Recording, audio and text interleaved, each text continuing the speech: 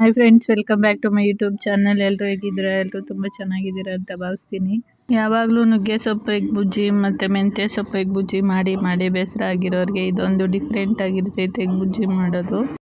ಈ broccoli egg ಬುಜ್ಜಿಯನ್ನು ಹೇಗೆ ಮಾಡೋದಂತ ನೋಡೋಣ ಬನ್ನಿ. ಫಸ್ಟು ಒಂದು ಬಾಣಲಿ ತೊಗೊಂಡು ಅದಕ್ಕೆ ನೀರು ಹಾಕಬೇಕು. ನೀರು ಹಾಕಿದಾದ್ಮೇಲೆ ಅರಿಶಿನ ಪುಡಿ ಹಾಕಬೇಕು, ಅದರಲ್ಲಿರೋ ಹುಳ ಎಲ್ಲ ಹೋಗಲಿ ಅಂತ.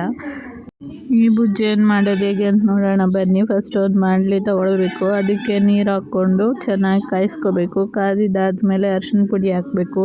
ಅರಿಶಿನ ಪುಡಿ ಹಾಕಿದ್ದಾದ್ಮೇಲೆ ಬ್ರೋಕಲಿನ ಹಾಕಿ ಒಂದು 15ರಿಂದ 20 ನಿಮಿಷ ಚೆನ್ನಾಗಿ ಬೇಯಿಸ್ಕೊಳ್ಬೇಕು.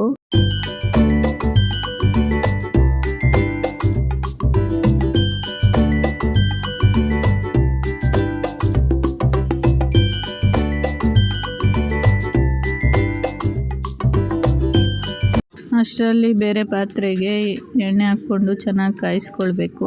ಎಣ್ಣೆ ಕಾದಿದ್ದಾದ್ಮೇಲೆ ಈರುಳ್ಳಿ, ಬೆಳ್ಳುಳ್ಳಿ, ಹಸಿಮೆಣಸಿನ್ಕಾಯಿ, ಕೊತ್ತಂಬರಿ ಸೊಪ್ಪು, ಟೊಮೊಟೊ ಎಲ್ಲ ಹಾಕ್ಕೊಂಡು ಸಾಲ್ಟ್ ಎಲ್ಲ ಹಾಕ್ಕೊಂಡು ನೀಟಾಗಿ ಚೆನ್ನಾಗಿ ಬ್ರೌನ್ ಕಲರ್ ಬರೋವರೆಗೂ ಫ್ರೈ ಮಾಡ್ಕೊಳ್ತಾ ಬರಬೇಕು. ಒಂದು 5ರಿಂದ 10 ನಿಮಿಷ ಚೆನ್ನಾಗಿ ಬ್ರೌನ್ ಕಲರ್ ಬರೋವರೆಗೂ ಫ್ರೈ ಮಾಡ್ಕೊಳ್ತಾ ಬರಬೇಕು.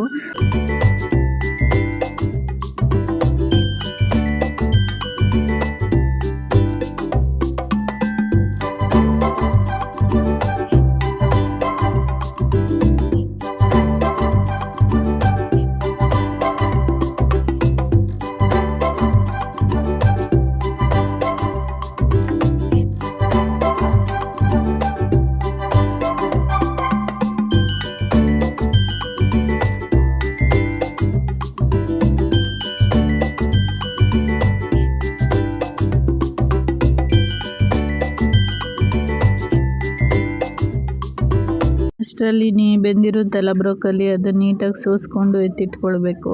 ಸ್ವಲ್ಪನೂ ನೀರು ಇಲ್ದಿದ್ದಂಗೆ ನೀಟಾಗಿ ಸೋಸ್ಕೊಂಡು ಎತ್ತಿಟ್ಕೊಂಡಾದ್ಮೇಲೆ ಫ್ರೈ ಮಾಡಿದ್ದಕ್ಕೆ ಅದನ್ನು ಹಾಕಿ ಚೆನ್ನಾಗಿ ಒಂದು 10 ನಿಮಿಷ ಫ್ರೈ ಮಾಡ್ಕೊಳ್ಬೇಕು. ಮಸಾಲೆ ಎಲ್ಲ ಚೆನ್ನಾಗಿ ಹೊಂದ್ಕೊಳ್ಳೋಕ್ಕೆ 1ರಿಂದ 2 ನಿಮಿಷ ಚೆನ್ನಾಗಿ ಒಂದೊಳ್ಳೆ ಮಿಕ್ಸ್ ಮಾಡ್ಕೊಳ್ತಾ ಬರಬೇಕು.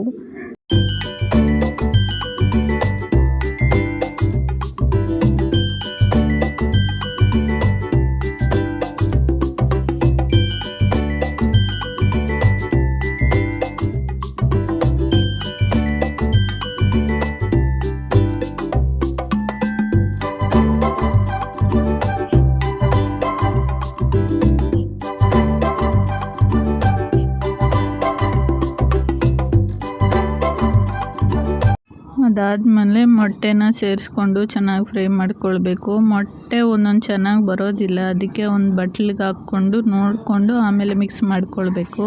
ಒಂದು ಮೊಟ್ಟೆ ಏನಾದರೂ ವೇಸ್ಟೇಜ್ ಇದ್ದರೆ ಎಲ್ಲ ಫ್ರೈ ಎಲ್ಲ ಹಾಳಾಗೋಗುತ್ತೆ. ಅದರಿಂದ ಒಂದೊಂದೇ ಮೊಟ್ಟೆ ಹಾಕ್ಕೊಳ್ತಾ ಬರಬೇಕು. ನಾನು ಇದೇ ಥರನೇ ಮಾಡೋದು, ಒಂದೊಂದು ಮೊಟ್ಟೆನ ನೋಡಿಕೊಂಡು ಹಾಕ್ಕೊಳ್ತೇನೆ.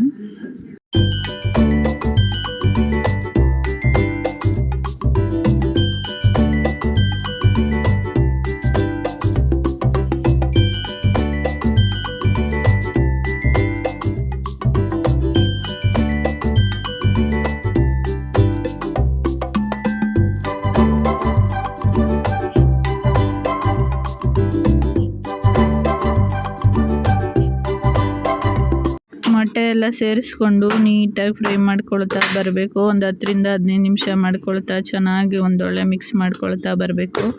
ಈ ಎಗ್ ಬುಜ್ಜಿ ಚಪಾತಿಗೆ ತುಂಬ ಚೆನ್ನಾಗಿರುತ್ತೆ.